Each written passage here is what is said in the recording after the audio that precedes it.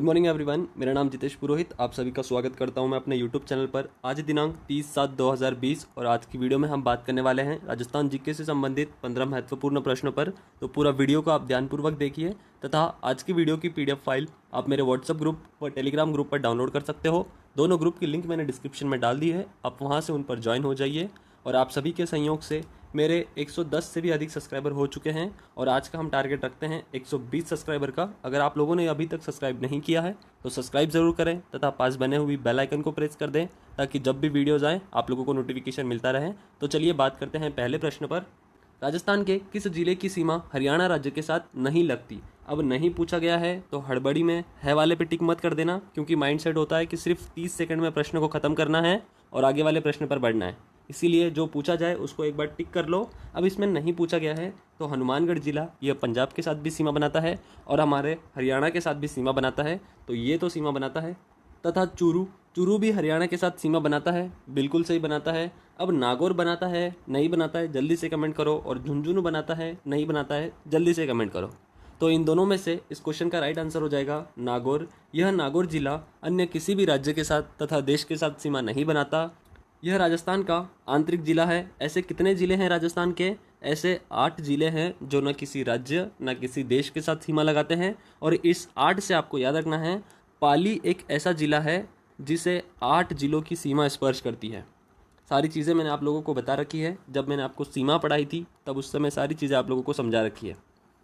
और झुंझुनू की सीमा यह भी हरियाणा के साथ लगती है। हनुमानगढ़ की सीमा, इससे एक और प्रश्न बनता है, हनुमानगढ़ की सीमा किस राज्य के साथ कम लगती है और किस राज्य के साथ सर्वाधिक लगती है? अगर ये आपसे क्वेश्चन पूछा जाए तब हम बताएंगे सर्वाधिक तो यह हरियाणा के साथ लगती है और सबसे कम यह पंजाब के साथ लगती है।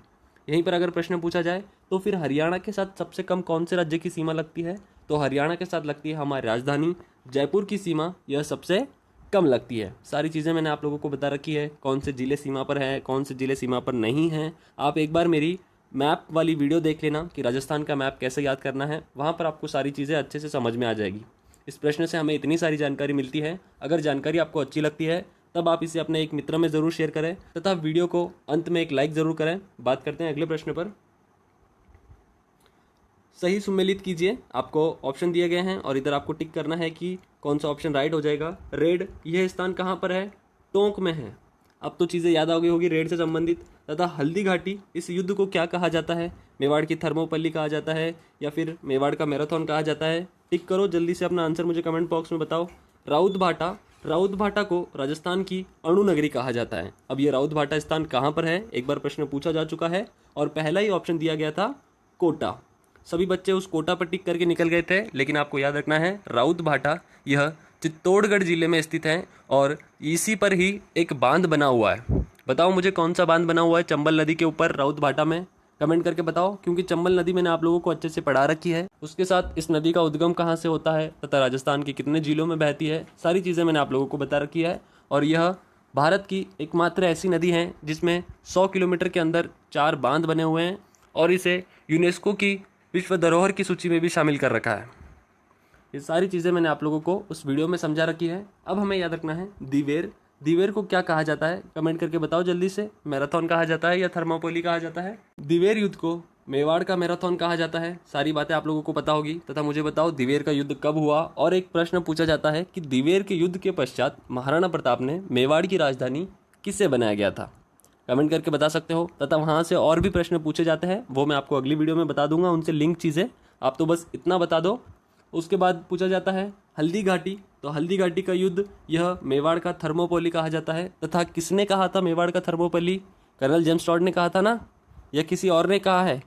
अपना आंसर मुझे कमेंट करके बताओ। तथा हल्दी घाटी का युद्ध कब हुआ?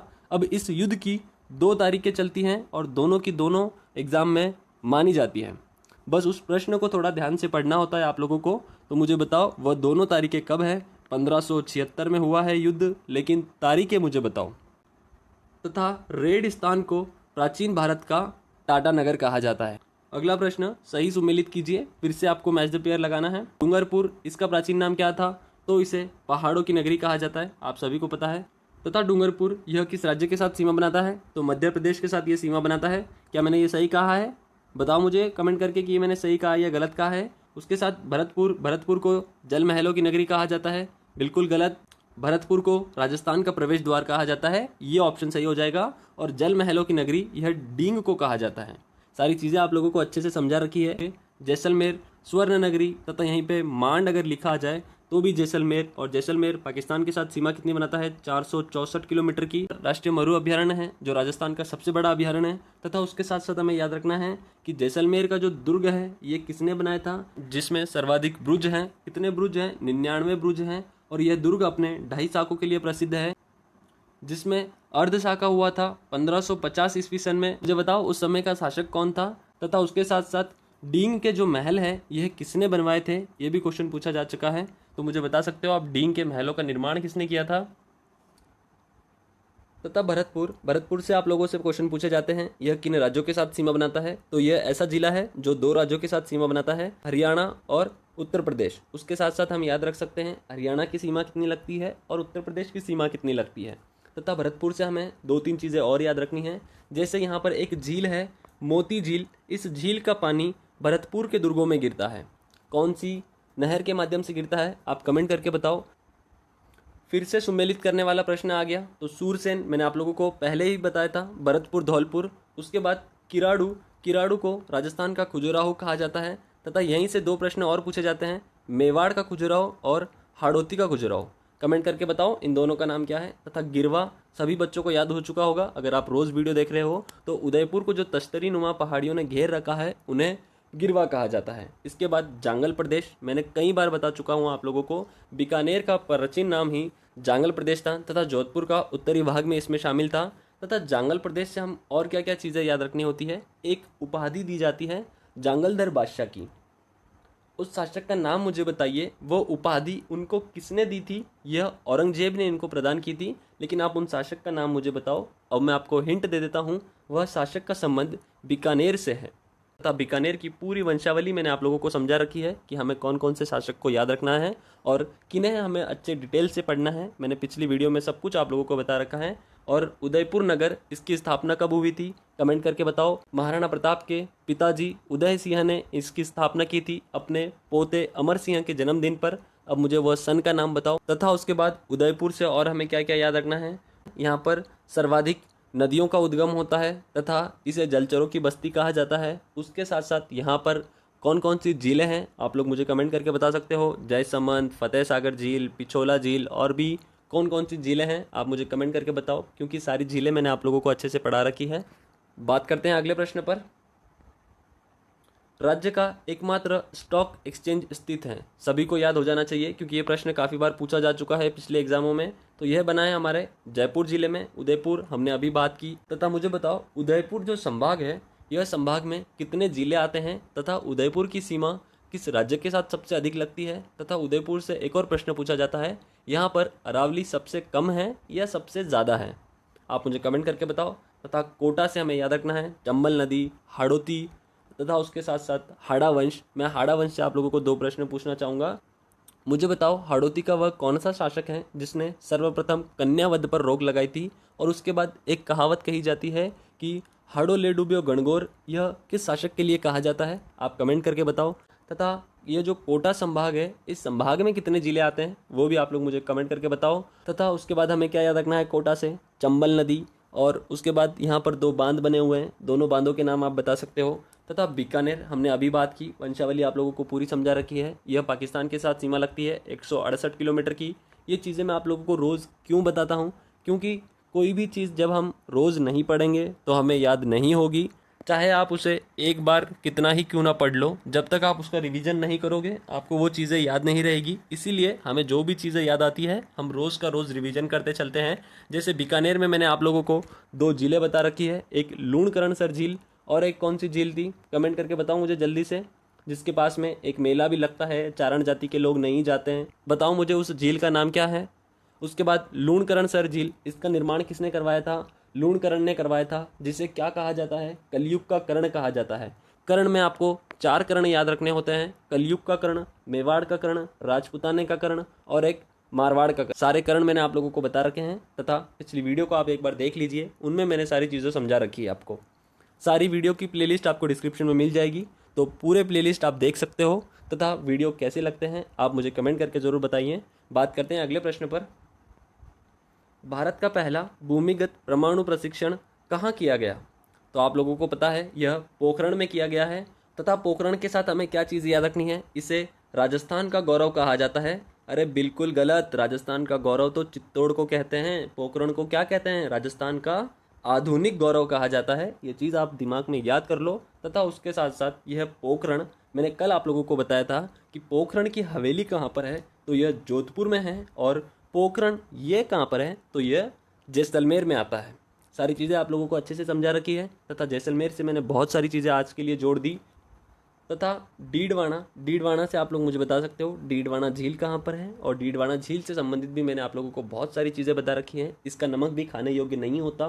क्यों खाने योग्य नहीं होता, ये चीज़ भी मैंने आप लोगों को उस वीडियो में बता रखी है। अगर आप लोगों को पता है तो कमेंट करिए। बात करते हैं अगले प्रश्न पर। राज्य का अधिकांश वर्षा किन पवनों से होती है? बहुत ही इंपॉर्टेंट प्रश्न है, बीएसटीसी वाले स्क्रीनशॉट ले ले। अधिकांश पवने 90% लड़के पता है क्या टिक करके आएंगे? पश्चिमी विक्षोभ। अब पश्चिमी विक्षोभ कैसे आएगा? अगर आप लोगों से मावट थोड़ी पूछा है, मावट अगर पूछता तब आप लगाते पश्चिमी विक्षोभों के कारण होती है। तथा मावट श्री गंगानगर में सबसे पहले होती है और यह रब्बी की फसलों के लिए अच्छी होती है। तथा इसे क्या कहा जाता है? गोल्डन ड्रॉप भी कहा जाता है। ये सारी चीज़ें हैं मावट से संबंधित। लेकिन आपको प्रश्न पूछा गया है पूरे राजस्थान में अधिकांश वर्षा किन पवनों से होती है, तो यह दक्षिणी पश्चिमी मानसूनी पवनों से होती है। आप लोगों को पढ़ाया जाता है अरावली के कारण पश्चिम में वर्षा कम होती है, लेकिन अरावली के कारण ही पूर्व में वर्षा बहुत ज़्यादा होती है। अब पूर्वाइयाँ मतलब क्या होता है, कमेंट करके बताओ। तो इसका राइट आंसर था हमारा दक्षिण पश्चिमी मानसून। बात करते हैं अगले प्रश्न पर। इसीलिए प्रश्नों को थोड़ा समझा कीजिए, क्योंकि 90% बच्चों ने ये टिक ही कर दिया होगा पश्चिमी विक्षोभ। थोड़ा सा आप ध्यान रखिए, प्रश्न क्या पूछा गया है उसको समझिए, फिर ये आप टिक किया करें। राजस्थान का प्रथम एवं सबसे बड़ा चिड़ियाघर कहाँ पर है? बताना है आपको चिड़ियाघर कहाँ पर है। कितने चिड़ियाघर है राजस्थान में? तो टोटल 5 चिड़ियाघर हैं। 5 के 5 आप लोगों को याद रखने हैं। तथा मैं आप लोगों को उनके सन कैसे याद रखने हैं इसकी एक टेक्निक बता देता हूँ। 2 जो चिड़ियाघर हैं यह 1800 में बने हुए हैं, मतलब 1800 ईस्वी सन में। अब उसके सन कैसे याद रखने हैं? पहला बना हुआ है 1876, इसमें 2 साल और जोड़ दो 1878। अब ये 2 कौन कौन से हैं? सबसे पहला बना हुआ है जयपुर और उसके बाद बना हुआ है उदयपुर। ये 2 चीज़ आप लोगों को याद हो गई। तथा उसके बाद जो हमारे अन्य 3 बने हुए हैं ये बनेंगे 1900 में। कब बनेंगे? 1900 में बनेंगे, जिसमें से पहला बनाया गया 1922, 1936, 1954। इस प्रकार से आप याद रख सकते हो। मैंने किस प्रकार से याद किया है? 76, 78 ये बने हैं 18 में, तथा 22, 36, 54 इस प्रकार से मैंने याद रख रखे हैं। 22 में जो बना था हमारा बीकानेर का चिड़ियाघर, उसके बाद 36 में हमारा बना था जोधपुर का चिड़ियाघर, और 54 में बनाया हमारा कोटा का चिड़ियाघर। अब आपसे प्रश्न किस प्रकार से पूछा जा सकता है कि सबसे नवीनतम चिड़ियाघर जिसे जंतुआलय भी कहते हैं, तो ये कोटा का है, और सबसे प्राचीन ये हमारे जयपुर का है। तो जो सबसे प्राचीन है यही सबसे बड़ा भी है। तो इस प्रश्न का राइट आंसर हो जाएगा जयपुर। और चिड़ियाघरों से संबंधित मैंने आप लोगों को पूरी जानकारी दे दी। अब आपसे और प्रश्न पूछे जाते हैं कि राजस्थान में आर्द्र भूमि कितनी है, जिसे रामसर साइट कहा जाता है। तो यह आर्द्र भूमि 2 बने हुए हैं। एक तो सांबर झील पे बनी हुई है, मैंने आप लोगों को सांबर झील अच्छे से समझा रखी है। और एक बना हुआ है हमारा केवलादेव पक्षी अभयारण्य में, जो कहाँ पर है? यह भरतपुर में बना हुआ है। उसके बाद आप लोगों से प्रश्न पूछा जाता है कि राजस्थान में मृग वन कितने हैं। तो राजस्थान में 7 मृग वन हैं। सारी चीज़ें मैं आप लोगों को बता दूंगा। चित्तौड़, पुष्कर तथा सज्जनगढ़, अशोक, उसके साथ और भी बहुत सारे हैं, अमृता देवी, माचिया। सारे प्रश्न मैं आप लोगों के क्लियर करवाता जाऊंगा। तथा 4 जैविक उद्यान बने हुए हैं। सारी चीज़ों को आप याद रखिए। बात करते हैं अगले प्रश्न पर।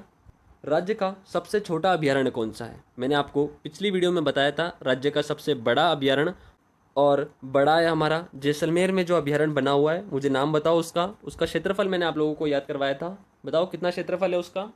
एक टेक्निक याद कर लो, सिर्फ 31 याद कर लो। आपको जैसलमेर का जो मृगवन अभयारण्य बना हुआ है उसका क्षेत्रफल याद हो जाएगा 31। 3 का दुगुना कितना होता है? 6, और 1 का दुगुना कितना होता है? 2 वर्ग किलोमीटर, मतलब 3162 वर्ग किलोमीटर में यह फैला हुआ है। तथा सबसे छोटा सरिस्का मत लगा देना, सरिस्का ए लगाना है।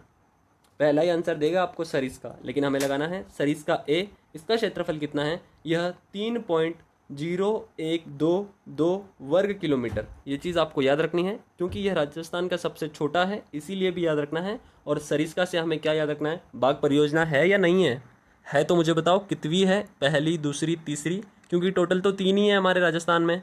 तो मुझे बताओ इसका स्थान कितवा है। तथा राष्ट्रीय मरु उद्यान, ये लो यहीं पर नाम आ गया, ये राजस्थान का सबसे बड़ा है। और कुंभलगढ़ अभ्यारण्य, यह महाराणा प्रताप की जन्मभूमि रही है। तथा कुंभलगढ़ अभ्यारण्य किसके लिए प्रसिद्ध है, कौन सा जानवर यहाँ पर पाया जाता है, कमेंट करके बताओ। बात करते हैं अगले प्रश्न पर। राजस्थान का सबसे ऊंचा बांध कौन सा है। अब आपको बांधों से संबंधित 4 बांध तो याद रखना ही है। सबसे पहले ऊंचा बांध, उसके बाद लंबा बांध, उसके बाद एक बांध और पूछा जाता है कि राजस्थान का मिट्टी से बना हुआ बांध कौन सा है, तथा एक अमृत सरोवर बांध किसे कहा जाता है। मोस्ट इंपॉर्टेंट क्वेश्चन बता रहा हूँ, जो लास्ट ईयर किसी न किसी एग्जाम में पूछे जा चुके प्रश्न हैं। तथा हमारा प्रश्न है ऊंचा बांध वाला, तो मुझे बताओ माही बजाज सागर बांध, ये बांध तो राजस्थान का सबसे लंबा बांध है। अब कितना लंबा है, तो 3109 मीटर यह लंबा बांध है। तथा जवार सागर बांध ये कहाँ पर बना है और किस नदी पर बना हुआ है, कमेंट करके बताओ। पांचना बांध आप सभी को पता है, पांचना नदी, करौली जिला और राजस्थान का एकमात्र मिट्टी से बना हुआ बांध। उसके बाद इस प्रश्न का राइट आंसर हो जाएगा जाखम बांध, कहाँ पर स्थित है, कमेंट करके बताओ। तथा जाखम नदी पर बना हुआ है और यह राजस्थान का सबसे ऊंचा बांध है। अब कितने मीटर ऊंचा बांध है, तो यह 81 मीटर ऊंचा बांध राजस्थान का सबसे ऊंचा बांध। यहीं पर लास्ट ईयर बीएसटीसी में एक प्रश्न पूछा गया था कि राजस्थान का सबसे बड़ा बांध कौन सा है, तब हम चंबल नदी पर जो राउत भाटा में बांध बना हुआ है, यह राजस्थान का सबसे बड़ा बांध है। नाम किसी को पता है, चलो मैं बता देता हूँ, राणा प्रताप सागर बांध, यह राजस्थान का सबसे बड़ा बांध है। बात करते हैं अगले प्रश्न पर। यह प्रश्न आप लोगों के लिए रखा गया है, हर रोज एक प्रश्न होता है। क्यों रखा जाता है, क्योंकि इस प्रश्न से संबंधित आपके पास कहीं जानकारी लिखी है तब आप उन नोट्सों को पढ़ो, अगर नहीं लिखी है तो कहीं ना कहीं इन्हें सर्च करो। इसीलिए मैं आप लोगों के लिए प्रश्न रखता हूँ। आज का प्रश्न है, पेड़ वाले बाबा किन्हें कहा जाता है। सभी को पता है घोड़े वाले बाबा, तथा और भी बहुत सारे बाबा हैं आप लोगों को पता है, लेकिन मुझे बताओ पेड़ वाले बाबा किसे कहा जाता है। 4 ऑप्शन दिए गए हैं आप लोगों को। अगर जानकारी अच्छी लगी है और आप लोगों ने अभी तक सब्सक्राइब नहीं किया है तो इसे सब्सक्राइब जरूर करें तथा पास बने हुए बेल आइकन को प्रेस कर दें, ताकि जब भी वीडियो आए आप लोगों को नोटिफिकेशन मिल जाए। और आज का हमारा टारगेट है 120 सब्सक्राइबर का, तो जितना हो सके उतना इसे अपने दोस्तों में शेयर करते रहिए। और पीडीएफ फाइल के लिए आप व्हाट्सएप ग्रुप तथा टेलीग्राम ग्रुप डाउनलोड कर सकते हो, दोनों ग्रुप की लिंक आपको डिस्क्रिप्शन में मिल जाएगी। तो आज की वीडियो मैं यहीं पर समाप्त करता हूँ। जय हिंद, जय भारत।